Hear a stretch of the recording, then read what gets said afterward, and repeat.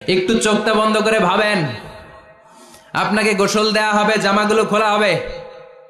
এত টাকা দিয়ে যে দামি গোসলখানা টাইলস লাগিয়ে ঘরে বানালেন, আপনার শেষ গোসলটা কি ওই দামি গোসলখানায় হবে?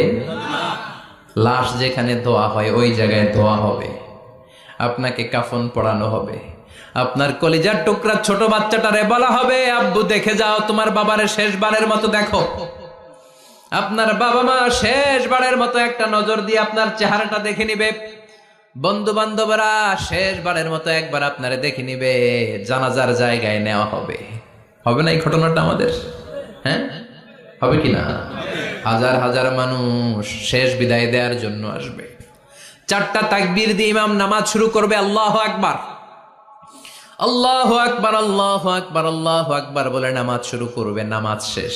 এবার পালকিতে করে কবরে যাওয়ার পালা। যেতেই হবে।